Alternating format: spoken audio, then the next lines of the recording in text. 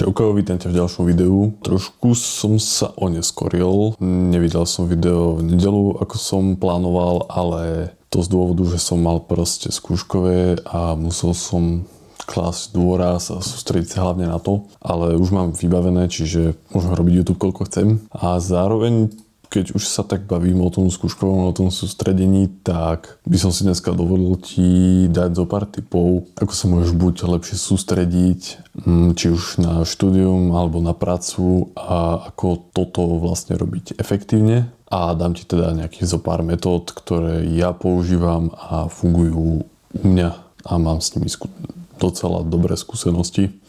Čiže nejaký bod číslo 1, vyhrať si na to čas. Hej, keď vieš, že potrebuješ niečo spraviť, máš nejaký zoznam úloh, či už proste robíš na nejakom projekte, alebo sa, učíš do školy, tak fakt vyhrať si na to čas, nerob to štýlom, že tu mám hodinku voľná, tak sa tomu povenujem, pretože to proste fungovať nebude. Ono nejaký čas trvá, kým sa dostaneš do nejakého toho focus flowu, takzvanej tej zóny a proste už keď sa dostaneš do toho bodu, že sa sústredíš, tak je ideálne toho využiť a fakt pri tom držať čo najdlhšie. Čiže, ako hovorím, vyhrať si na to čas, či už 3 hodiny, 4 hodiny, celý deň, proste tak, aby to bolo tebe vyhovujúce a zahrať si to tak, aby si nemusel popri tom robiť iné veci, ktoré by ťa eventuálne mohli rozptylovať. Čiže keď budeš vedieť, že musíš, 15-30 ísť do obchodu na nákup, tak nezačínaj niečo robiť o tej 15, lebo za tú pol hodinu nestihneš fakt, že nič. Bod číslo 2, sprav si nejaký zoznam úloh alebo task list vecí, ktoré musíš spraviť. Normálne si to proste vypíš pod seba a toho sa drž, keď tie dané veci budeš robiť. Zlepšuje ti to potom vlastne tú prácu v tom, že z teba opadáva nejaká tá kognitívna záťaž a nemusíš držať v hlave konštantne, že čo všetko ešte musíš robiť. Proste máš to napísané, toho sa držíš, je to na tom papieri, proste neuteče ti to, dostaneš sa k tomu. Bod číslo 3, pustí si hudbu. Ale tu dám veľký vykričník, že fakt záleží na tom, akú hudbu si pustíš. Ideálne je niečo proste do pozadia, niečo, čo nebude uťahovať tvoju pozornosť a ešte lepšie ísť na nejaký žáner, ktorý si nepočúval. Ak ti môžem dať nejaké odporúčania, tak napríklad jazz, lo-fi, nejaký deep house, hip-hopové beaty, ale bez lyrics, nejaké klavírové kompozície, alebo proste tie 420 hercové veľrybie kokotiny, ktorý, neviem, či aký to má oficiálny názov, alebo proste nejaká ambientná hudba, hej, to je jedno. Ide o to, aby to mohlo hrať v pozadí, aby sa na to musel sústrediť, ale zároveň, aby ti to zlepšovalo nejakú celkovú atmosféru toho deep workingu, ktorému sa budeš aktuálne venovať. Na to sa viaže aj jeden experiment. Kedysi dávno jeden sovietský lekár a psychológ menom Ivan Pavlovov spravil jeden pokus so psom a ten vlastne bol následovne. Vždy, keď tomu psovi donesol jedlo, tak pes začal proste slindať prirodzene, ale on to skombinoval s tým, že vždy, keď tomu psovi donesol jedlo, tak zároveň zazvonil na zvonček, alebo zablikal svetielkom, neviem, čo už to presne bolo, ale tak tvárme sa, že to bol ten zvonček. Vždy, keď psovi donesol proste jedlo, zazvonil na zvonček a po nejakej dobe si ten pes proste vytvoril taký podmienený reflex, kedy vždy, keď počul zvonček, tak vedel, že prichádza jedlo. No a čo sa po nejakej dobe stalo, keď si to ten pes fakt, že naozaj oslovil, tak vždy, keď Pavlov prišiel, nevadilo, že nemal jedlo, stačilo, že zazvonil na zvonček, tak psovi automaticky začali tiecť sliny, pretože už bol proste naučený, že toto počul a jeho mozog sa automaticky hodil do režimu OK, ide sa jesť. No a čo to má spoločné vlastne s tým, čo som tu predtým toho rozprával? Ty, keď sa naučíš sústrediť pri konkrétnom žánri, pri konkrétnom type hudby, tak v budúcnu, hocikedy, keď si sadneš a pustíš si tú hudbu, tak tvoj mozog sa automaticky prepne do toho režimu, že OK, teraz idem pracovať, teraz sa idem sústrediť a nič ťa eventuálne nevyruší. Vlastne si teda nejakým spôsobom naprogramuješ svoje podvedomie k tomu, aby si sa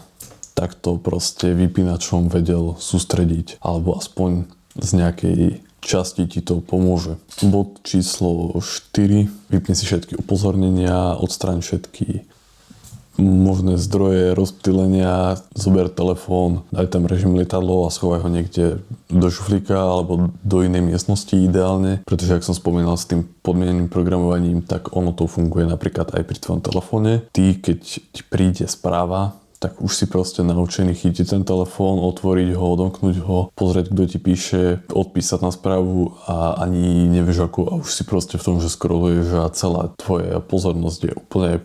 Čiže úplne ideálne, čo môžeš spraviť, chytiť telefón, vypnúť si správy, upozornenia a dať ho niekam mimo tvoje oči. Lebo ono to v tejto dobe neskutočne láka pozerať si, kto mi píše, kto mi nepíše a jednoducho narúša to nejaký ten tvoj celkový flow, keď pracuješ. No a posledný bod, číslo 5, jak som ti hovoril, že sprav si proste zoznam tých úloh, čo musíš spraviť, tak začni od tých najľahších. Že väčšinou sa hovorí, že proste začni tú najzložitejšou vecou a potom tie jednoduchšie ti prídu triviálne a preto bude jednoduchšie ich splniť, ale to asi nie je úplne optimálny prístup, pretože tá najzložitejšia vec ťa vie zároveň najviac odradiť. Kdežto keď začneš od tých najjednoduchších, najprimitívnejších úloh, tak ťa to jednak proste dostane do tej zóny, že už pracuješ, už na to robíš, už sa sústredíš a jednak ťa to tak vyššie namotivuje, že proste spravil si toto, bum, ideme na ďalšiu. Hej. A po nejakej dobe je úplne jedno, že aké tá daná úloha zložitá, proste budeš to robiť, lebo už máš to, ja neviem, nazveme to tunelové videnie. Čiže toto je vlastne takých 5 bodov, čo ti vedia naozaj zlepšiť tvoju produktivitu aj tvoje celkové sústredenie. Ak to mám nejako zosumarizovať, vyhrať si na to čas, sprav si zoznam veci, ktoré musíš spraviť, pusti si hudbu, vypni všetky notifikácie, odstráň všetky rozptýlenia a začni od najľahších úloh a postupne sa prepracuj k tým zložitejším. Funguje to u mňa, funguje to u viacerých ľudí, ktorých poznám. Nemôžem ti úplne garantovať, že to bude fungovať aj u teba, akože ono je to strašne individuálne a hrozne dlho trvá, kým v tom tvojom mozgu nejako zapracuješ ten switch, že ozaj idem pracovať a nemyslím na nič iné. Hlavne v tejto dobe prepálených dopaminových receptorov je to ozaj veľký problém, ale verím, že ak sa budeš držať tohto postupu, tak aspoň z 50% to budeš mať jednoduchšie.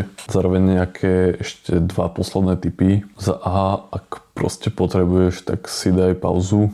Ak počas tej práce začneš mať pocit, že už strácaš tú efektivitu a že to klesá, tak si normálne daj pauzu, chod sa prejsť, vyvetrať, odpíš kľudne na správy a tak za ideálneho scenáru sa vyhni tomu, že by si začal scrollovať. Normálne si daj pauzu a vyčisti si hlavu na pár minút, pretože treba zase brať do úvahy, že človek není stroj a po nejakej dobe tá medzná produktivita klesá. A napríklad by som sa asi vyvaroval veciam ako sú Pomodoro techniky a tieto blúdy. Hej, je jedna vec dať si pauzu, keď už cítiš, že nevládzaš ďalej a že už proste to začína byť na úkor toho výsledku. A druhá vec dať si pauzu po 25 minútach, lebo ti zazvonil budík. To proste nefunguje. Ty keď za tých 25 minút si stihneš vybudovať fakt dobré sústredenie a už si v tom taký, že nerozmýšľaš nad ničím iným a zrazu ti zazvoní zvonček a teraz 5 minút choď robiť niečo iné, tak to úplne rozdrbe celý tvoj workflow a je to ešte horšie. No a za B, honorable mention, tak je kofeín. Akože mne nepomáha nič viac ako zarvať si dvojité espresso, počkať, kým nabehne ten kofeín do krvi a proste makať. Hej, 3-4 hodiny, potom ten kofeín samozrejme prestane účinkovať, cítiš sa potom taký omamený, ale väčšinou za tie 3 hodiny, kedy som úplne, že tak toho stihnem oveľa viac, ako by som stihol, ja neviem, za 6 hodín bez toho kofeínu. Hej, ale tak to je taká moja vec, je veľmi jednoduché si na tom vypracovať závislosti, že s tým by som pracoval opatrne. Čiže toľko k dnešnému skromnému edukatívnemu videu. Typujem, že to bude zase kratšie video, ale chcem si udržať nejakú tú konzistenciu v pridávaní na YouTube, čiže dúfam, že sa vám to páčilo. Ak ti to nejakým spôsobom pomohlo alebo ťa to zaujalo, tak nezabudni nechať like a odber. A ak máš nejaké vlastné praktiky na sústredenie sa alebo na prácu, tak nezabudni ich napísať do komentára. Rád skúšam nové veci a ešte radšej sa inšpirujem. Uvidíme sa v ďalšom videu a zatiaľ